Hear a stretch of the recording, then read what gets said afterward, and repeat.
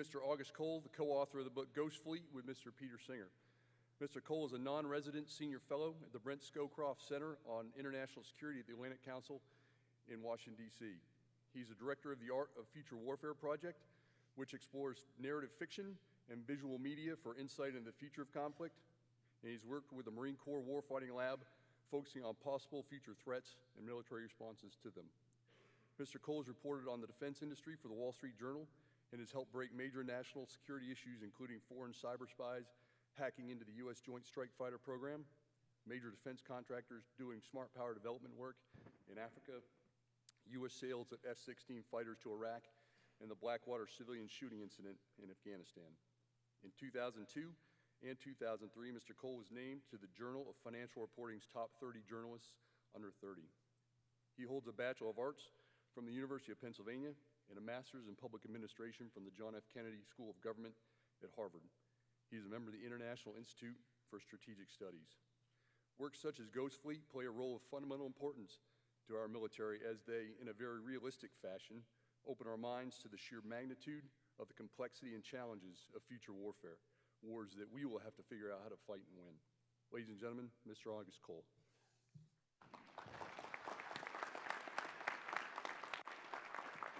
Thank you.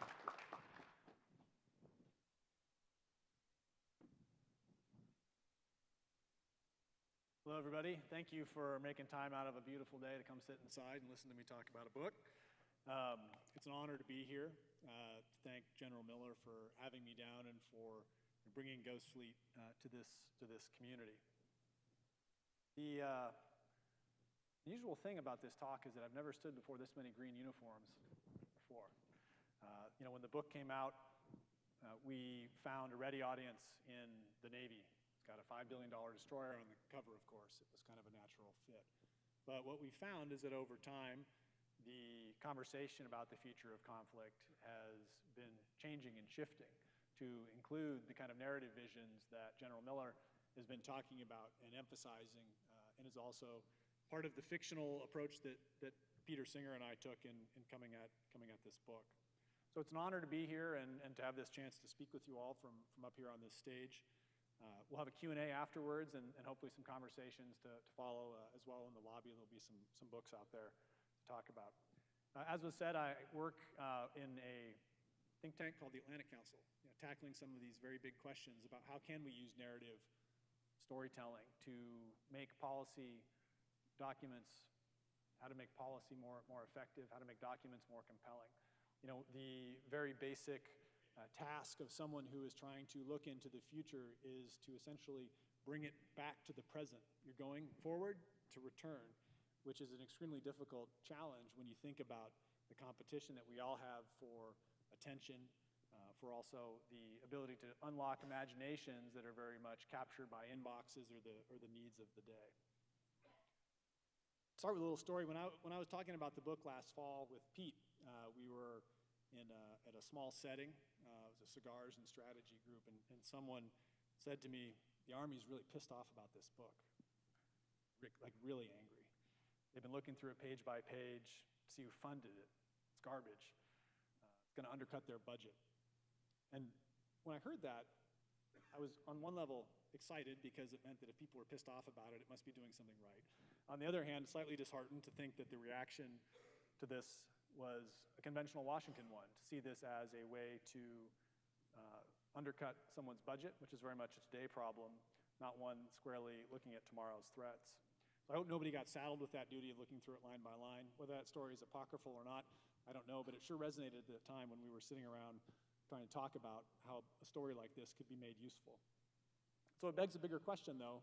If we didn't write this story to undercut a program, to go after any one budget line, well, why did Pete and I write Ghost Fleet? What is the right response as well when you're challenged organizationally or professionally by something that doesn't square with the official interpretation of a present or even future reality? Even if it's a budget reality, which are among the closely held ones you'll find in Washington. So I'll make the case in my talk for going beyond a bottom line up front approach, but I'm going to work backwards with my talk as well and give you 3 lessons learned right away that'll help frame out what I'm going to say today. The first is an important one. and one that really drove us in our motivation to try to talk about something that was almost too big to address, war with China. The first is, assume the things you most want to happen in a future conflict will not. And this is particularly true with technology. Second is, your worst case scenarios are not as bad as the adversary's desired and likely outcome due to technological parity and asymmetric strategies.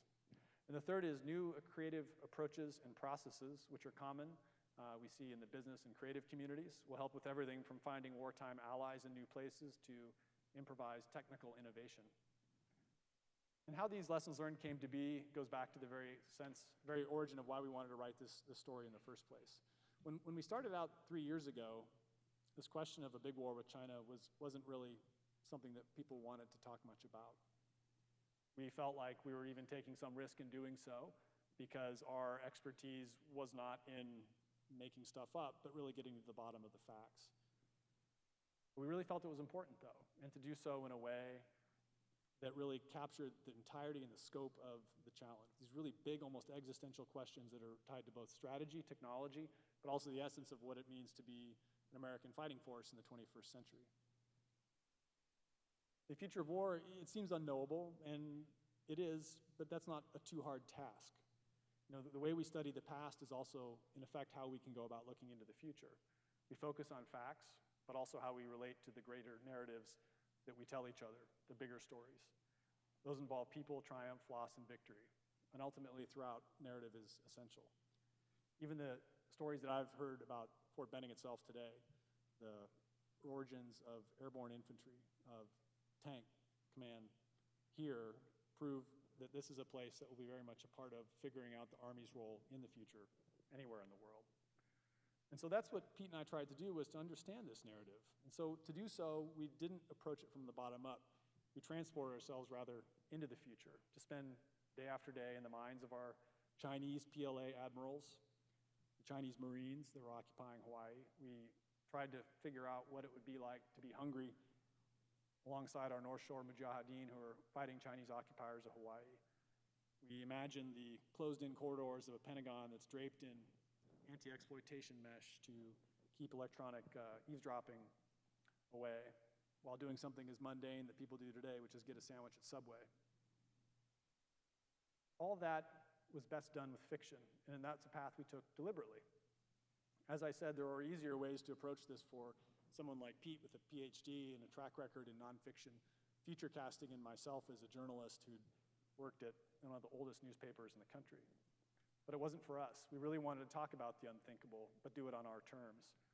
We had 3 big reasons, and I think those reasons are also applicable for those of you who are trying to consider how you communicate your ideas, your concepts, your understandings, and personal perspectives, internal ones as much as external ones, about the future of conflict, about the future of the Army.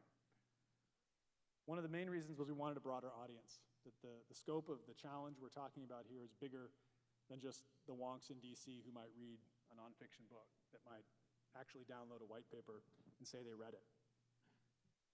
We wanted also to give someone something that was entertaining, that captured the enthusiasm we had for a book that came out way before many of you were born in 1986, and that was Red Storm Rising, which was a book by the writer Tom Clancy.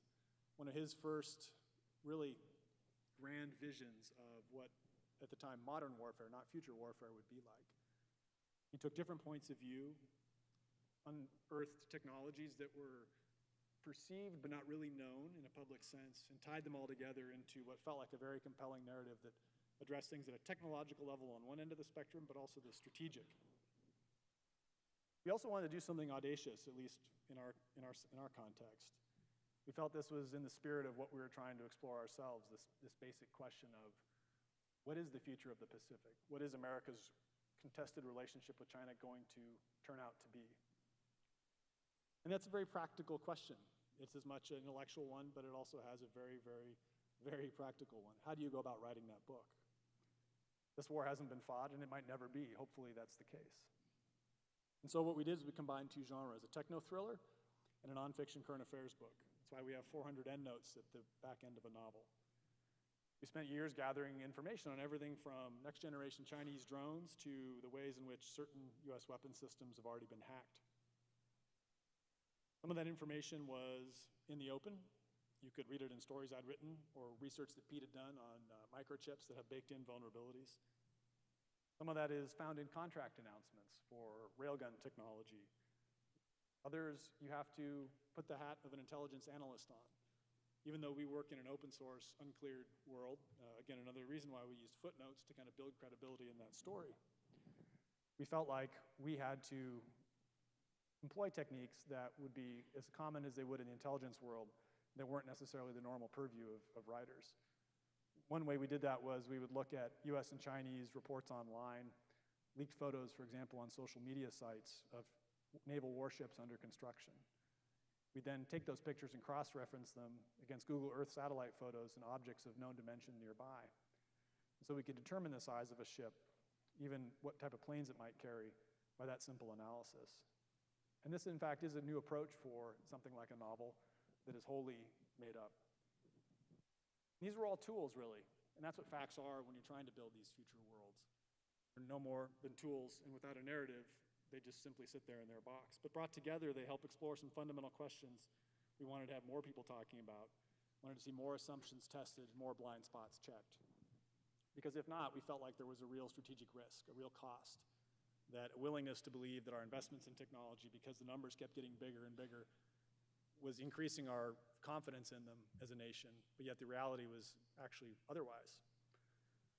And so technology itself presented one of the biggest challenges, because we have this idea that the US is the leader, that we have the most dynamic commercial sector, that we have an economy that is unparalleled in terms of scope, and growth rate. But what if we're getting to the point where we no longer as Americans get to decide what the future looks like? In the 20th century, US science and technology investment through, in large part, the Defense Department, but also private industry, was groundbreaking. It led the way to the innovations that we take for granted now that are in all of our pockets on cell phones that are the foundations of commerce.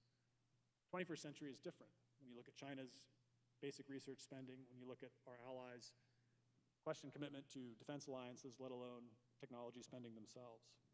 And so it painted a picture of warfare that was very different than what most people expected, particularly a great power conflict where both sides, Chinese and American, envisioned something that in many cases looked a lot like a revisited Cold War confrontation.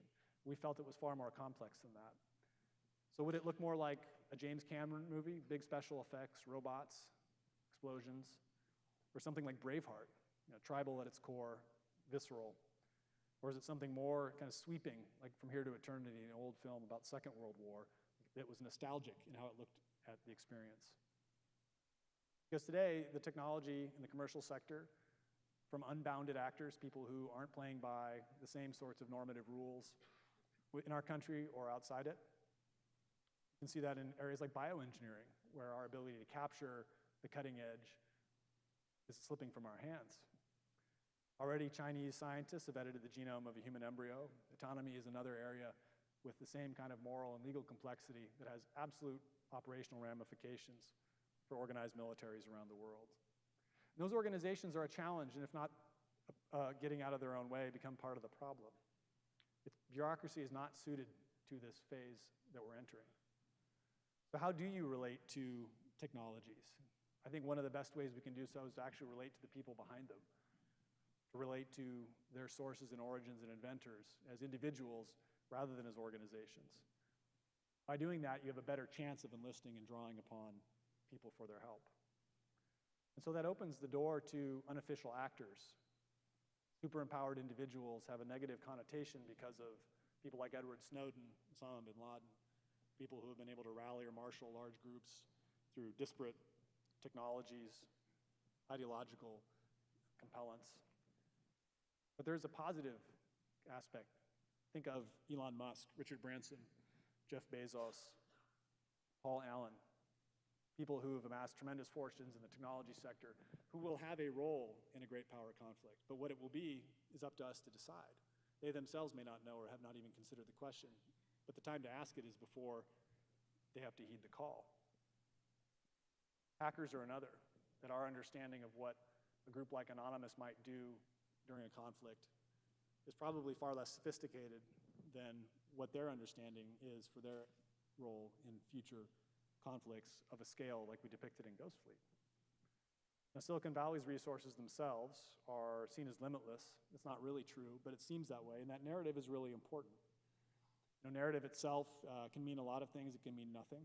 It can be used akin to strategy or other words that often have different meanings to whoever's using them. But I think there is a universal acceptance that it's a crucial part of understanding the evolution of conflict in this decade and the next, if not beyond. It was a key theme in Ghost Fleet. We saw it in different ways. One was personal. Any story is only as good as the characters who inhabit it. Excuse me. Our relationship between our protagonist and his father, exposed some of the wartime challenges of a Navy trying to get back on its feet after a catastrophic defeat at the hands of the PLA Navy. There's also a question of national narrative, how China sees its future, how we see our own, particularly in the context of the Pacific. The question is you're engaging readers, who relates to the national narrative or the personal narrative? It's very important when you're trying to build these kinds of constructs around stories that we use to get at subjects that are otherwise really technical or hard to talk about. People are often the easiest way to do that. The Army's narrative itself is, of course, tied to geography. This notion of America's relationship with territory, with physical space and expansion is real. This is true in the Pacific as we think about that body of water that has its attendant challenges and its attendant promise from a commercial and cultural perspective too, with both trade with our allies and also a nation like China, which, depending on the day, can be adversary or friend.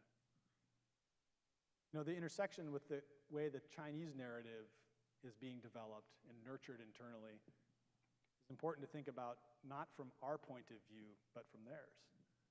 How they depict their weapons they are investing in, how we understand our capabilities and their limits become part of this construct that we will understand future conflict and tension within. Their approach to their One Belt, One Road policy, for example, or their infrastructure bank, shows that their expectations in the world are far, far different than we want them to be. And like with technology, we find ourselves in a position where we aren't the ones who get to determine that narrative. So the question becomes, even as you look at that map, is the Pacific an ocean that we can own, if that is the right word, or can we create an enduring, intense coexistence with China?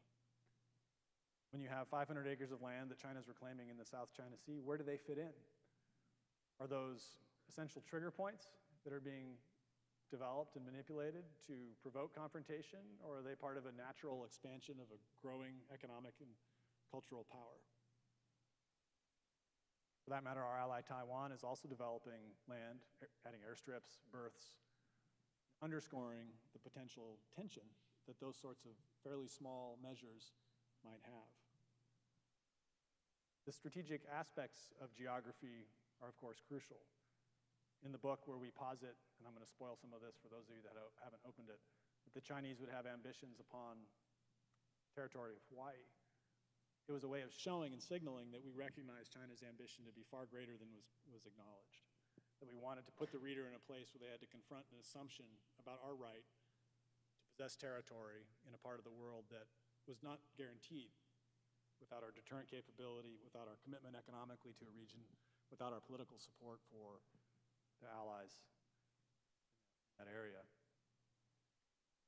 China's investments itself show that the PLA is no longer a land army. It has naval capability that is not designed to replicate our own, but to target it directly.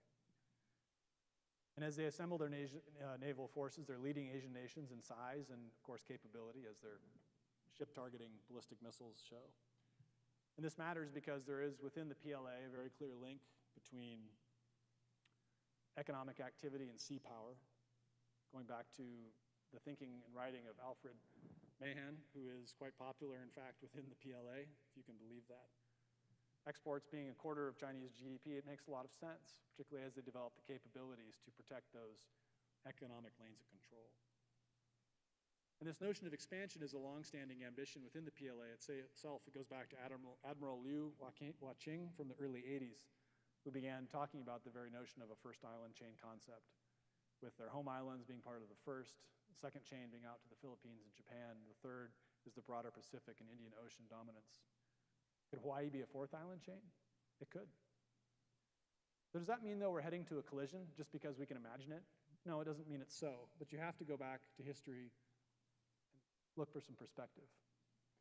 There was a really interesting Reuters essay on the anniversary of the Great War in 2014 by Anatol Kaletsky that looked at what The Economist, certainly a sober newspaper as any, as it was then, as it is now. And in 1913, the year before the First World War broke out, they wrote, "The powerful bonds of commercial interest between ourselves and Germany have been immensely strengthened in recent years, removing Germany from the list of our possible foes." That armed conflict might erupt between the US and China is by no means inevitable, but the idea that it is impossible isn't something you can bet on.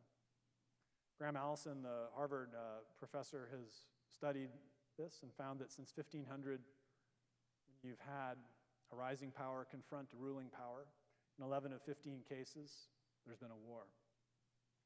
So it is a possibility. It is worth exploring. It is a conversation that should be bigger than any one single policy lane.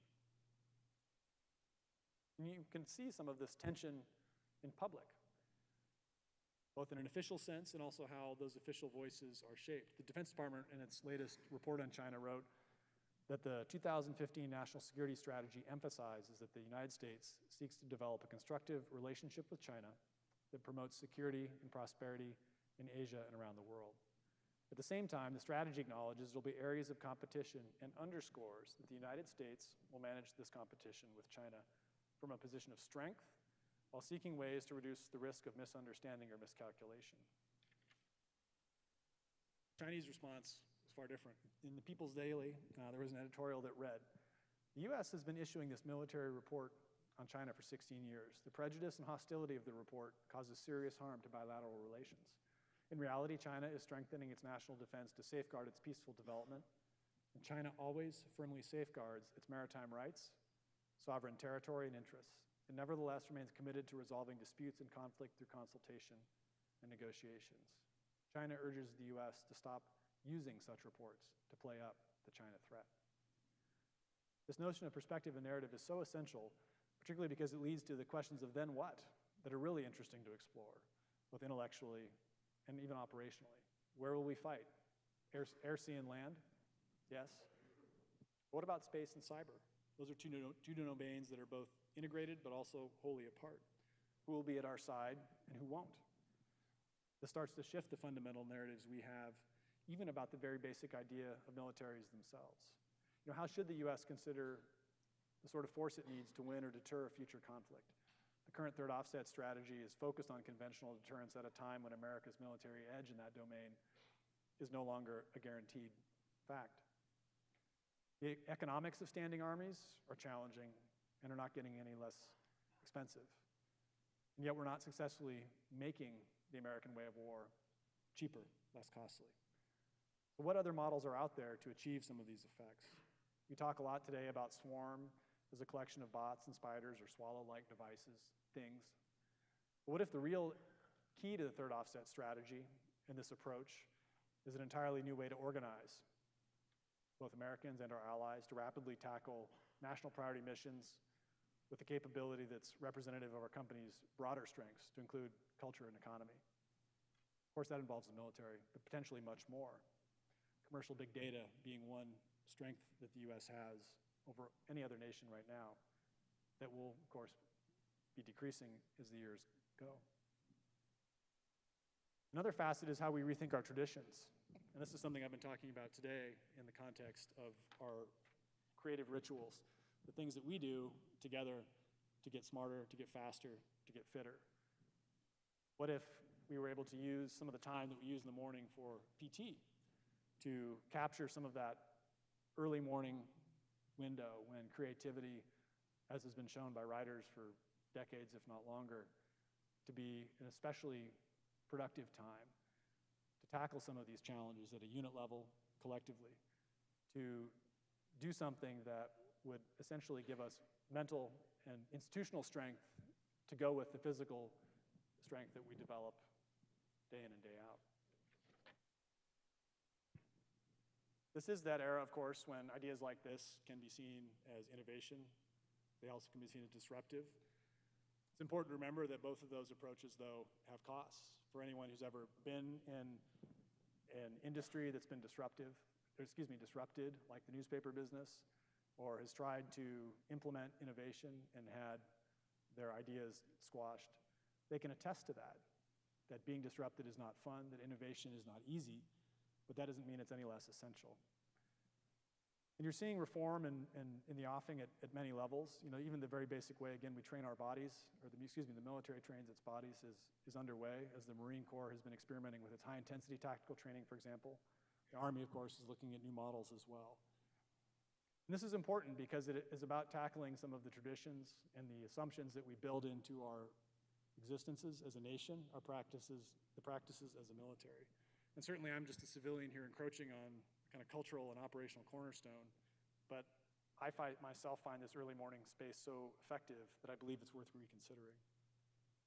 I'm just one of many new voices, but I think these new voices matter.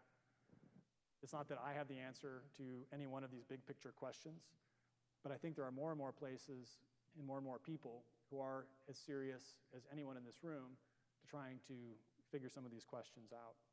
Particularly as narrative matters more and more, particularly when we start to look about the power of film, the video games we play that combine both storytelling, new technology, and immersive experiences in far more compelling ways than a generation ago could have even imagined. And what this does is it starts, whether it's a book you've read, whether it's Ghost Fleet, whether it's a game you've played like the new Tom Clancy game, The Division, which will be coming out, it starts a process both of internal reflection, but also external conversation. Those two things are done very well by film, by books, by short stories, by vignettes, because narrative is what people want to share. Narrative is what we want to connect with. And yet, at the same time, many of the approaches to narrative in an official sense only add complexity, which is the natural bureaucratic response. One of the experiments that we've been running at the Atlantic Council that was alluded to in the introduction is the Art of Future Warfare project, which kind of began with this very basic question of, do artists and creative people have a voice? Is there something to offer? The idea came from Call of Duty Black Ops 2, which one of the other fellows at the council was watching his son play. He'd been in the Army a number of years ago and realized that the way that game depicted a future conflict, particularly around technologies like swarm systems, was really compelling. And so we reached out to Dave Anthony, who was the director of that game, and brought him to Washington. And if you've ever seen the effect that an outsider has on an insider's club, the experience of bringing a video game director to a think tank and then making him a fellow is one of the most disruptive things I've seen happen in that Beltway world. Someone without a PhD could be considered expert, no matter that they'd run a game that had grossed over $1 billion. The idea, though, that we reject new voices, that we reject new approaches, is a dangerous one. And so we set out, over the past year, we did this through events by bringing people physically together at the Atlantic Council, by running short story contests, by creating a website, artoffuturewarfareproject.org, where we are gathering everything from short stories to author interviews, because we're trying to make the case to people who have very difficult jobs that there are other tools out there than the ones they've been taught, and that many of them are actually closer at hand than they think, and they're not alone in looking for help with them. And so as we track the arc of conflict through our events with the Art of Future Warfare Project, beginning with thinking about how future wars might break out, we looked at conflict in space at the end of the 21st century. We ran a short story contest, and you know who won that contest? A 20-year-old kid from California, Chapman University. He beat out established writers, was praised in his work by David Brin, who's a famous science fiction writer who judged the contest. We brought that kid, that 20-year-old kid, to Washington and put him on stage. Best part was his parents flew down from Seattle, too, to watch him. They were that proud. But the point is that those are the kinds of voices that are worth listening to, that are worth putting on the podium. People who don't belong, people who you wouldn't necessarily reach out to, but yet can come up with some of the most innovative and compelling ways to talk about future challenges, technological and policy. I think there's a larger case to be made that this role that artists have played is going to grow. Some of it goes back to the very basic appreciation that science fiction is an effective way to inform our thinking about the future, all the way to Jules Verne over 100 years ago. Some of the words that Martin Dempsey wrote in a preface to a science fiction anthology the Art of Future Warfare project published, I think are really helpful in encapsulating this from a professional military perspective. General Dempsey makes the case, I think, better than I ever could, and we're grateful to have his support for the project and support for this collection of anthology. And his words were, "Some see science fiction as a fanciful attempt to escape from the less pleasant realities of the present, or at best a vain attempt to foretell the future. Nevertheless, it is human nature to want to peer into the future, to know the way ahead. But whether you attribute a quote to Niels Bohr or to Yogi Berra, predictions have always been tough, especially about the future.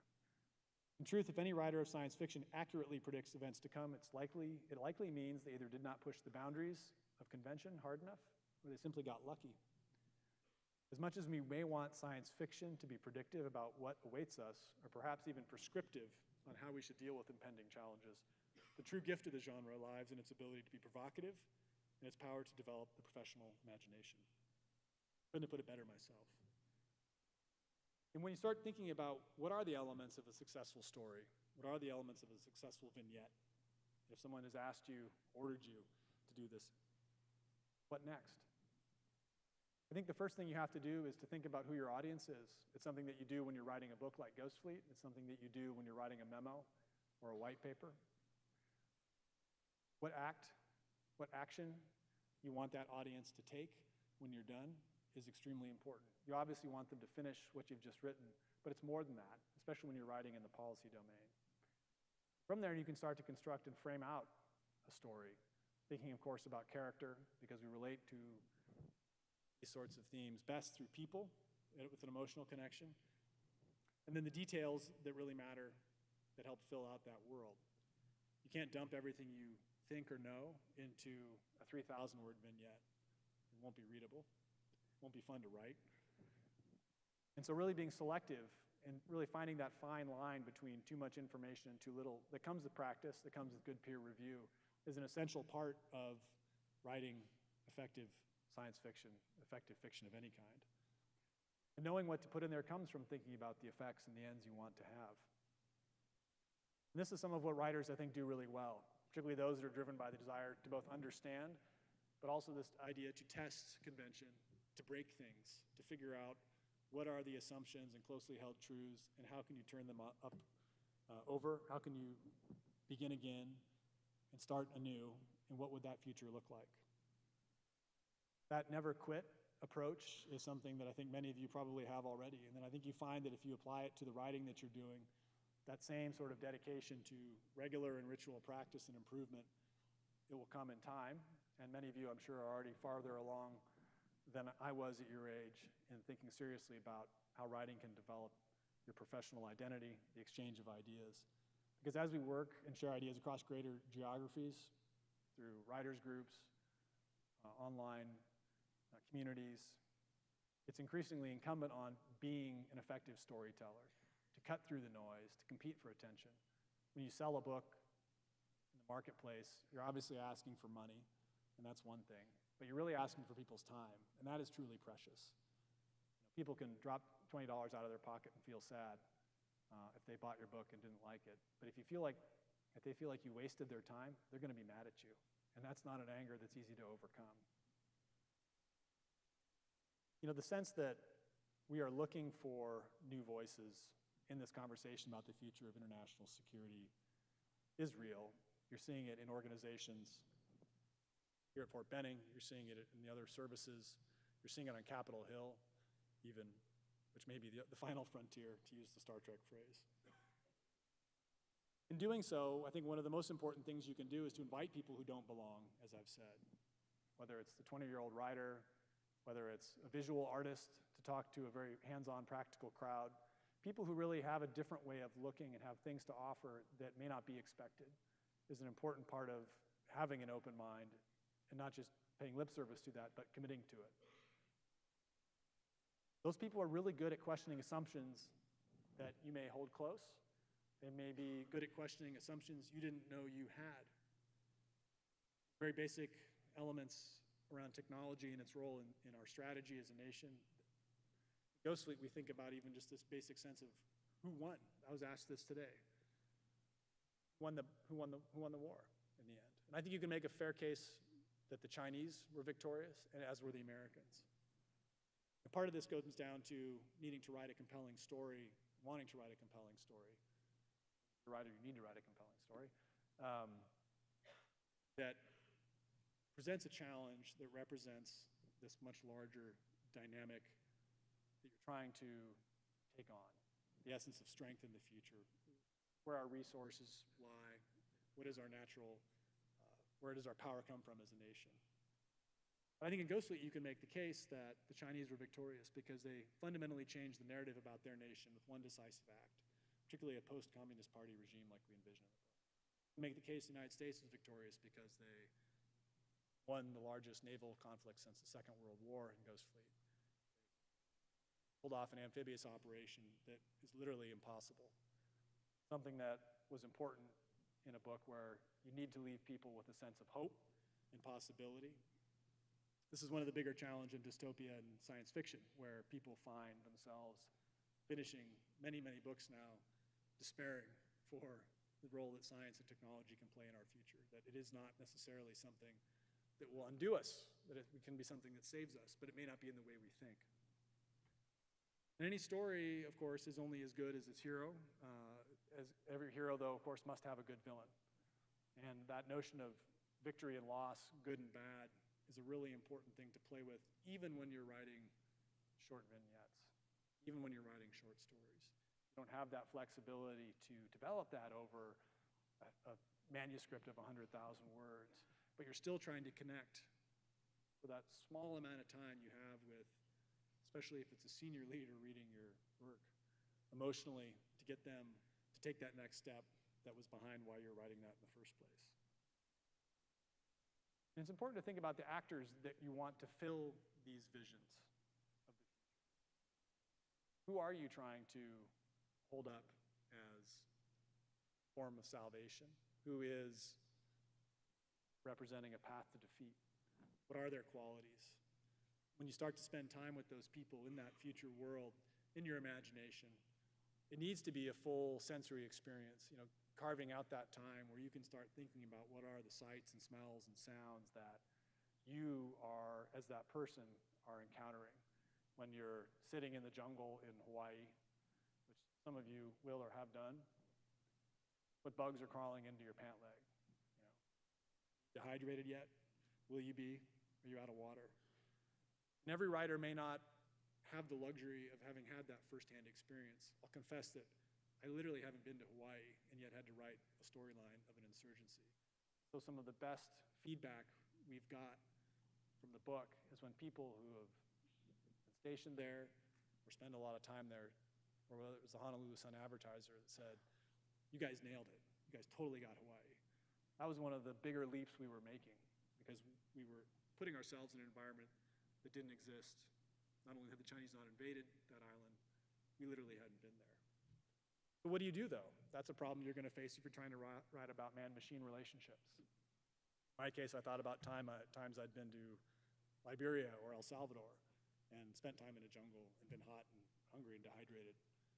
Those sorts of elements, those touchstones that you do know, help round out and build that authenticity that makes a story compelling. There's a limitless amount of things we think we can know, but the list of things that we don't know is probably even more concrete and more real. But that shouldn't stop you. You shouldn't let that impede you, but to stick to the things that you do know to make some of these visions of the future real. When you think about creative process, it's a pretty methodical A to B approach that a lot of successful writers take. That simply sitting in a chair and writing 1,000 words a day, 5 days a week, every week for a month, gets you 20,000 words. You do that for 6 months, you have 120,000 words. That's a book. You don't take that approach if you only write when you're feeling good, when the muse strikes you, when the moon is right, which a lot of people want to approach it this way. You'll never get anything done. And getting done is probably the most important thing, especially when you're starting out. tackling something that's unfamiliar or uncomfortable, like creative writing. Once it's done, then you can compare it, then you can rip it apart. But until then, you're only doing yourself a disservice if you put obstacles in your place that don't need to be there, because there's plenty already there. And the internal ones, of course, are some of the biggest. I think taking a competitive approach is important too. You're competing against yourself, but you're also thinking about the others out there who are writing just like you, trying to get better every day. That drives me. That's what helps me get up early, keep at it, not relent when I'm thinking about what is the next thing I want to write about? What is the way I can hone the deficiencies I have in the way I approach my craft, the way I build characters, being honest with yourself. There's a great line by Max Brooks, who wrote World War Z, and he said, I only agree with the critics who I agree with. I only let the critics who I agree with get to me. And I think that's a great point, that those who actually have tapped into that inner critic are the ones that may see your work as you know it, because you ultimately will know the work you've done best. And being self-aware, being able to step outside yourself is a big part of that, of what makes this process easier, particularly when you have more and more voices, people telling you how they think you should approach this, how you should write, how you should shape what you're saying. It's important to have that inner sense, and that comes from, of course, practice. When we approach this as a team, because many of you will be writing as a team, when Pete and I approached Ghost Fleet, we had a pretty practical idea in mind. We start with like the biggest outline you've ever seen, over 100 pages. Because we knew that we didn't want to waste any time writing ourselves into dead ends after the hard work of putting words on a page had been done. That it was much easier to undo that problem before it had been committed to text. It's really important as well to have that conversation with your people you're collaborating with to say, what do you like to do? Because everybody has different ways to work. Some want to work at night, some want to work in the morning. Some like to just throw words onto the page like me, others like to refine and shape. You know, this sense that if you can leverage that expertise and enthusiasm at the same time is really where you hit a sweet spot. And taking the time to find out what you like and find out what the people who are writing for you like can be one of the most important things that you do. We also had a common frame of reference. Red Storm Rising being a book that we both liked, but also others by writers like William Gibson, books that had been part of what shaped us, both creatively, but also our ambitions as writers. That we could look to a book on a shelf and say, I want to write just like William Gibson's Neuromancer. I want to write just like Tom Clancy's Red Storm Rising. I don't want to write like the Jack Ryan series from Tom Clancy. Being able to know what you don't want to do can be as important as what you do. Because when you get to those points in a creative relationship where you have to overcome a decision, you have to get to a decision and overcome a difference, those frame of references can help mitigate that. Because you can talk about the end state you're trying to get to almost more than the problem at hand. And so that ability to have a clear sense of where we're going, it was almost like a schematic. One way we've likened this is to 3D printing, in that we are layering element upon element upon element, so that a chapter wasn't written by Pete and then a chapter by me, that we were literally synthesizing it and finding a way to create a voice that was consistent throughout. Because this is one of the abiding challenges in creating a compelling narrative, is having a voice that stays the same throughout. Without that, it's hard to hold people's attention, it's hard to inspire them. And you may have to work with people who have a very different vision for that voice, but the more you can address that at the front end, the easier it is to help bring that story, that vignette, that document to a place where it can be truly effective and achieve the goals that you set out to do when you're working on that. I mean, research is a really important aspect too when you're thinking about fiction, particularly when you're talking about cultural and almost anthropological detail. I don't mean technical, because you can, in an unclassified sense, Google just about anything these days and find pretty decent information that gives you enough of a sense of the physics of the future, that there are technologies out there that we will still yet see to materialize, but by and large we can kind of feel our way around that physicality of it. But what we don't know, the real white space, is in the emotional experience of the future. An example is a quote by Frederick Pohl about the future is good science fiction doesn't predict the flying car, but the traffic jam. But that human dynamic, that human element, this is something, of course, that General McMaster has talked quite a bit about, this enduring element in conflict, is an important one to bring together when you're thinking about how you describe the future, because there are these longer arcs around overcoming, around triumph, about near defeat that will be present well into the future, whether we're operating and fighting with railguns or with robots at our side or with shields and spears. So as I start to wrap up, how can Ghost Fleet help think about the Army's big challenges, and what questions should you be asking? How do you go about it? I think it's important to start by recognizing some of the limits, but also the opportunity of these sorts of divergent approaches that are used now, like anecdotes and vignettes. You do have to experiment. You do have to try. You have to be willing to fail. So that when you have a chance to turn a 50-page white paper into a 5,000-word short story on your boss's orders, that you're ready and that you can do something that will be compelling. There's three ways I would look at this. First is around strategy. I would not expect strategic clarity for future mission sets, especially in the context of great power operations like the Baltics. Every geography is going to require a strategic declination adjustment. I hope all of you still know how to use compasses. I believe you do. That this orientation around the compass needle is not going to be there in a strategic sense from Washington. This bouncing around is going to continue in terms of our strategic goals as a nation. Yet you have to get the mission done. You're going from the Middle East to the Pacific or Northern Europe, that's not going to be easy.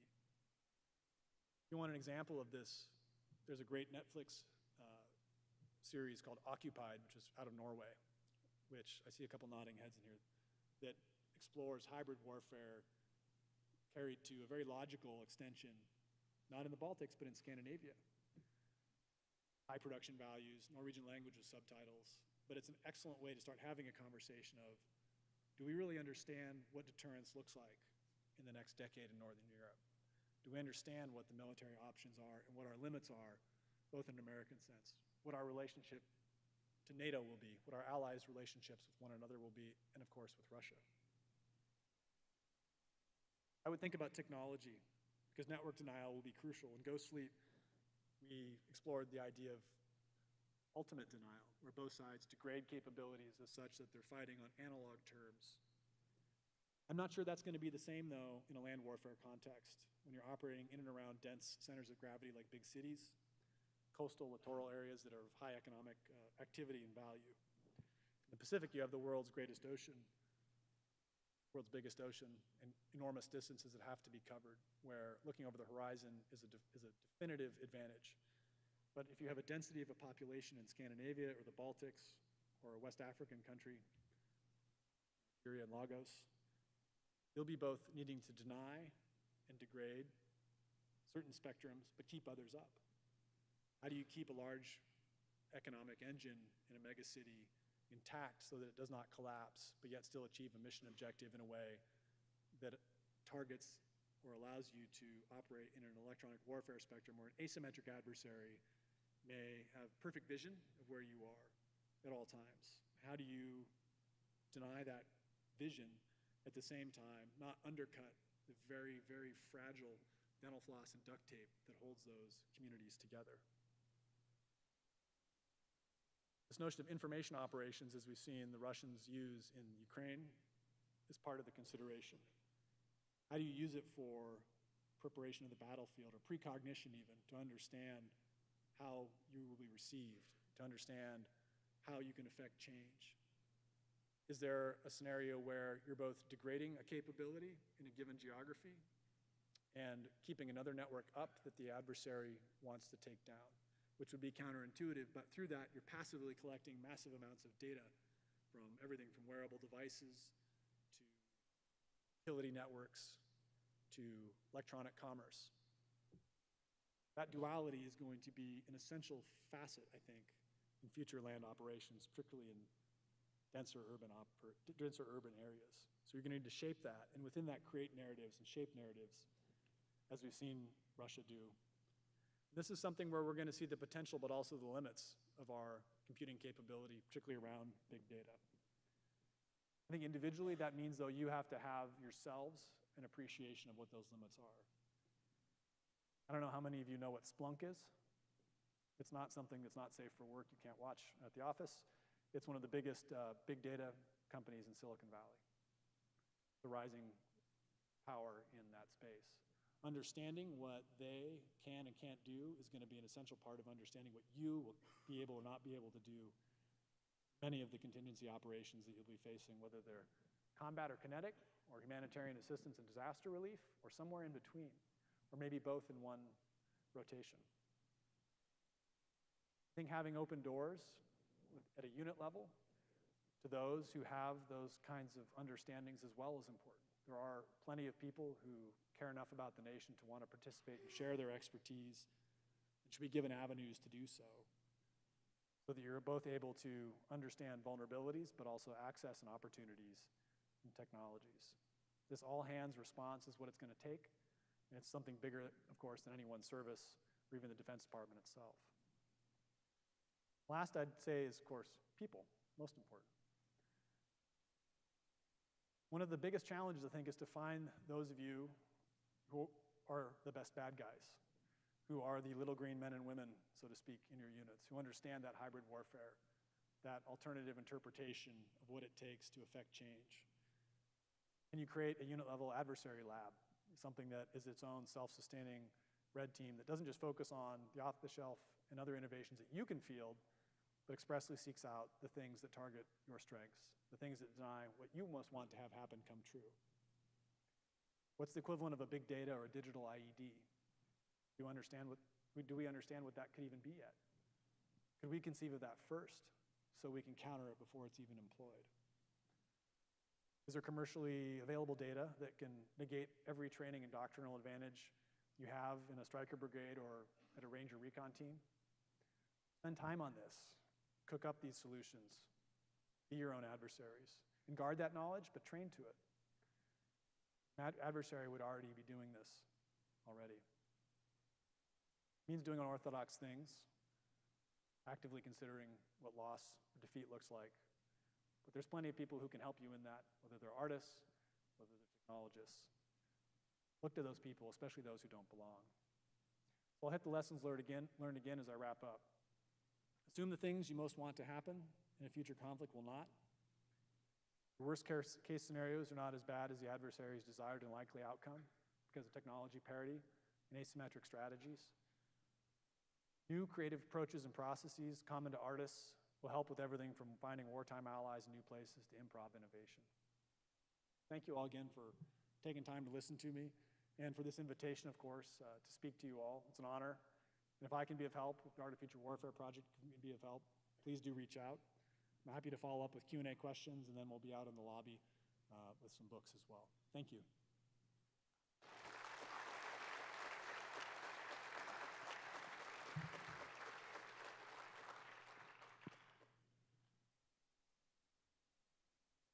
Anyone want to start with a question?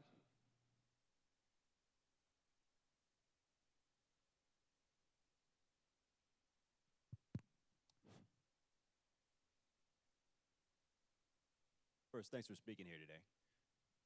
Both you and Dr. Singer have dedicated a lot of your time in writings, not only in the book, to talking about China being a global innovator in the next 10 years. I'm curious, with the future of war being largely based on technology, from a policy perspective, where is the balance between being able to develop high-tech technology and also being able to maintain intellectual property rights amongst international bodies? Yeah, I mean, I think the international consensus on IP is that there are legal frameworks and there are the practical realities. And when I think about IP as a challenge, I actually think about the US innovation that could be aided and embedded, I think, with a more industry-friendly IP approach to bring in commercial firms, to bring in greater A&D sector, space and defense sector investment, to get the kind of innovation that we want. No good idea, though, goes without sharing these days. And that's true at an engineering and technical level, whether it's code, imagery, that it's so easy to share that kind of intellectual property now that you have to assume that your good idea, even if you originated, is quickly in the hands of somebody else. That's a paradigm that's not going to go away, and I think the ability to respond to that, though, to be in a mindset that allows ongoing innovation that isn't impeded by that reality is essential. And that's true at the corporate level. You see that. Are there other alternative business models in software, for example?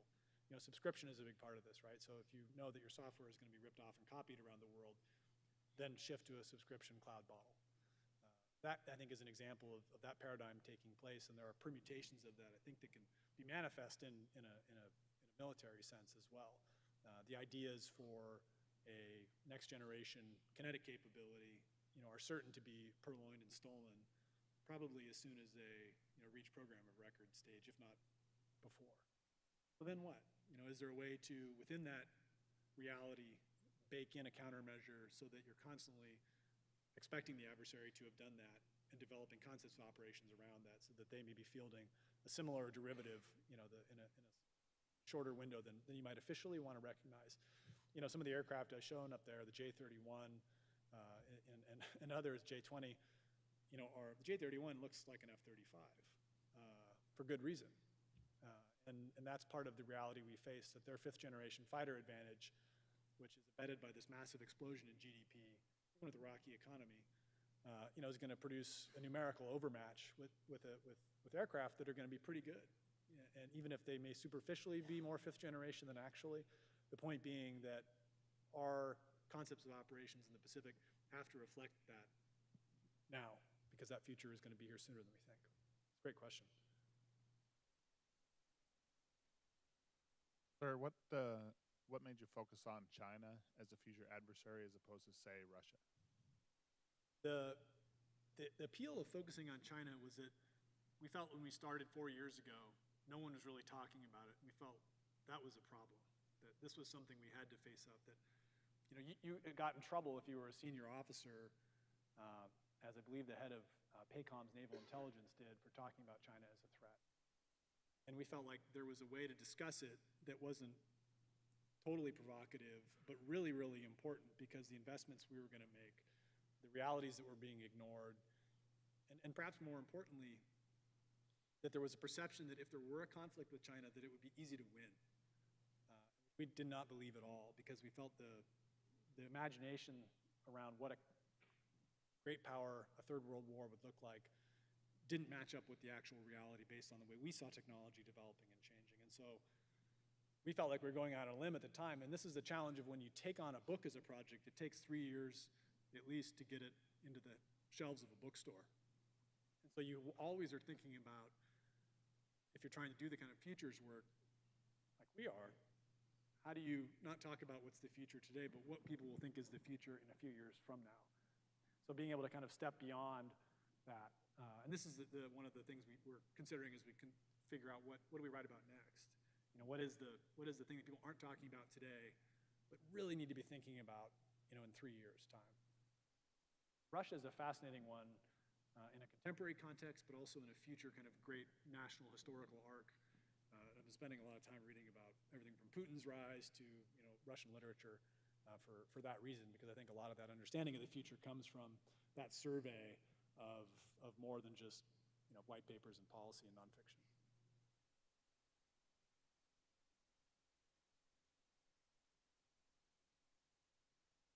Sir. Yeah. As we face technological parity with other state actors and even non-state actors, how does the nuclear triad, does it remain a relevant deterrent? And if so, what does the United States need to do to maintain that deterrence going into the 21st century? I think that nuclear deterrence isn't going away. It's going to get more expensive. That economic cost is real, and understanding, is it a zero-sum game, and maintaining an arsenal that is credibly effective. The Russian context, it's really interesting because of the sheer mass number of warheads they have. So they can count on that more than they can precision or scalability of nuclear strike. But for our relationship with China, for our relationship with Russia, for just the way that the world has understood the narrative of American power as a guarantor of this larger economic system, I don't see that going away. Even if there is meaningful intent to reduce that nuclear arsenal, it's not going to be something that I think either politically or strategically will diminish. And that carries with it a financial cost. I mean, some of the debate right now in the current budget is about how much should we be spending on nuclear modernization, particularly at a time when end strength is coming down, and we're seeing a lot of challenges to the assumptions around how much it'll cost to refit and refocus on the Pacific and other big conventional missions.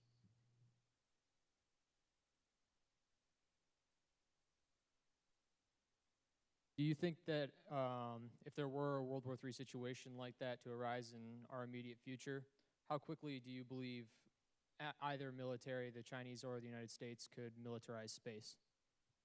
I think the militarization of space would be the first phase of that conflict, that the assets that we count on to give us over-the-horizon capability, the communications that are instantaneous real-time, will be among the first targets. So whether there are actual weaponized satellites that are officially part of the low Earth orbit or not, there's a target set up there that will be among the first signs that there is actually a conflict at that level.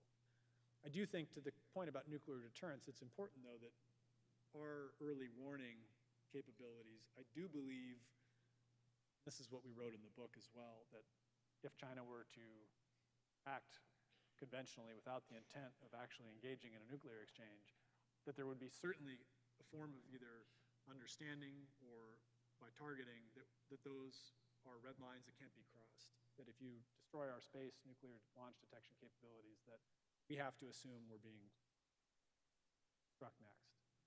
So I think there will be red lines and boundaries in space, to some extent similar to what they're trying to create in the cyber realm, that are no-go zones that essentially trigger almost an automatic response.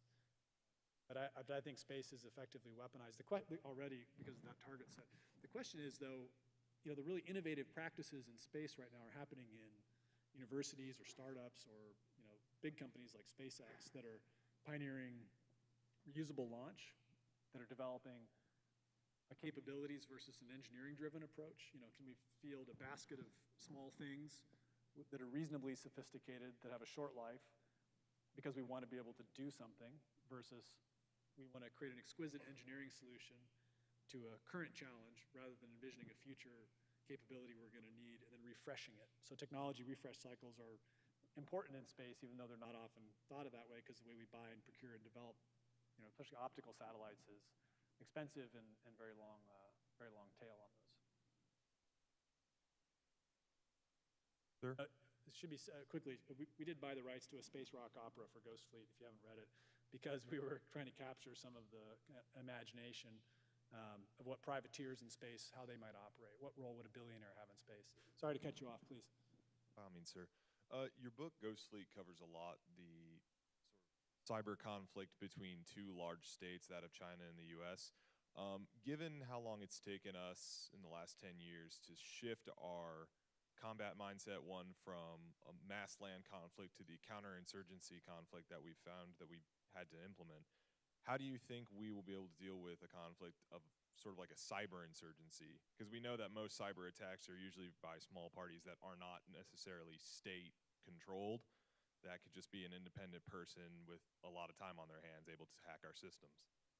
That's a great question. I mean, I think that there will be almost a enduring campaign against sub-threshold hacking groups that are targeting intellectual property, that are looking to exploit network gaps and information for financial gain. The question is, when do those groups start to align with strategic and national interests? The Chinese are quite effective at pioneering the use, and the Russians too, of proxies in their and it's a fitting word in this context, in their online campaigns. And the more that's been exposed and talked about in the public domain, because so much of this is behind closed doors, allows, I think, the reality of it to sink in, is that we may never get a clear indicator, if we do get involved in a cyber campaign, of whose electrons are overwhelming our network, are denying or degrading our capabilities. You start then judging by effect to come up with some of these almost very simple and elemental things that you can track in the physical world, such as attribution. So I would expect that small group that has an outsized capability to be an enduring part of the information, warfare environment, the cyber environment. The question is, can we create road rules at the state level so that those capabilities aren't stepping across red lines that make us think, for example, that someone breaking into a nuclear power plant because they want to steal, let's say intellectual property around industrial controls, isn't doing that with the intent of sabotage. Those are very different effects that are desired. So I actually think there has to be a lot of human dialogue at that level, at almost like a red phone level is how I've thought about it, like we had in the Cold War, so that there aren't these kinds of misunderstandings and miscalculations. And the flip side is, on our end, though, how do we employ our own non-state actors? Who are our irregular allies? We talk about Anonymous in the book as being a force that is aligned with American interests. Say 364 days out of the year, no. But on that 365th day, in Ghost Fleet, they are. And those kinds of transactional relationships that aren't strategic but are very opportunistic may be part of how we determine those relationships. And that's at an informal level too, because those aren't conversations that necessarily are going to happen between the head of a big intelligence agency or a cyber command. They may be more relationship and history driven. Two people who went to school together, at Stanford in the engineering department, that kind of thing. Hey, sir, got a question for you. Kind of take the conversation maybe a little different direction here. One of the notes you brought up in your presentation was on the human domain and kind of the ever-present nature of human beings involved in warfare, whether directly or indirectly. Something you kind of touched on in your book that, again, I think was kind of obscured by the technology emphasis was at one point you talked about the SEALs and the bioengineering that gave them extra cardiovascular capabilities. Couldn't explain it to you if you asked me, but I think it's an interesting angle, and I wasn't sure from your research and contacts, both domestically and internationally, what that conversation is kind of looking like on the moral, ethical, policy grounds of performance enhancement for the operational soldier world. Sure. So what we talked about in the book was, could you give a special operations force, increased aerobic capability through essentially nanotechnology, so you could hold your breath and swim for 2 hours underwater with something called a respirosite, which is a technology that's in development. It would essentially allow a molecule to hold more oxygen in red blood cells, so you're not going to suffocate, but in fact can still, be viable as you would. I thought about that a lot in the framework. I'm a cycling fan, right? So, Lance Armstrong's rise and fall really, I think, kind of showed a glimpse of the future, of how far not only the technologies and treatments themselves that can change human performance, but the attitude that is behind that. He had a win at all costs attitude, laws and regulations, health be damned. And those modifications he did to his own body, again, around the same things like testosterone and red blood cell uptake, we're in that mindset. He was unbounded. So as a nation and as a force, the Army will have boundaries and limits. The thing that I thought about in Ghost Fleet, though, is if our back is against the wall, how quickly will those boundaries and limits fall?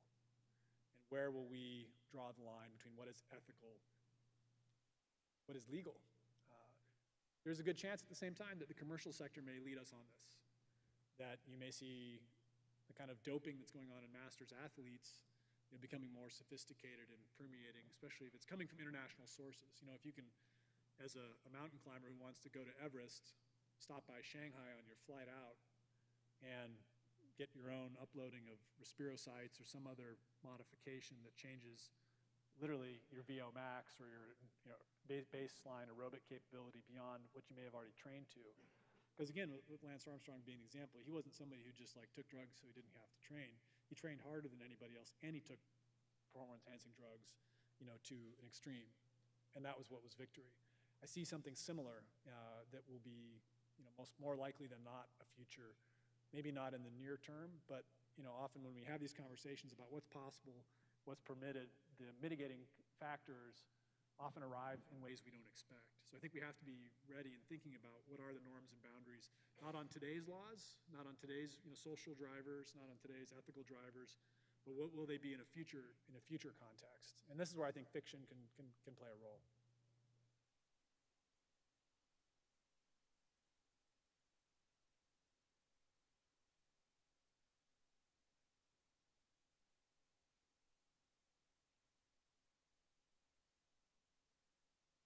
You guys good? You guys want any final book recommendations, film recommendations, video game recommendations? The Division by Tom Clancy's Ubisoft franchise. It's going to be looking at a fallen New York. It's sort of you want to understand what a mega city looks like in conflict. It's worth checking out. For TV, I think Occupied on Netflix streaming is worth watching. I don't know how many of you guys like hard science fiction, but Neil Stephenson wrote a book called Seven Eves. So as much as I thought and think China is an existential threat, you could say the same about Russia. There are bigger threats out there, and not necessarily even, having tentacles and green skin or like aliens, but that we have to respond as a nation that have to do with human survival. Seven Eves by Neil Stephenson is a book that's long, but worth the time if you like science fiction, because it puts you in a mindset to think about threats well beyond what we consider and encounter in our ordinary life. Thank you all again, and I'm happy to talk more in the lobby.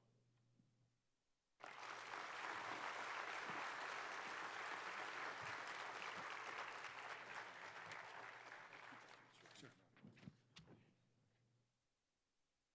First of all, I'd like to thank you for coming and speaking to us today, not only just challenging us to be a better military, but also as better writers, and being a better writer can produce a better military. So thank you all for that. So on behalf of General Miller, the commander of the Maneuver Center of Excellence, I'd like to just present you two small tokens of our appreciation that I hope you'll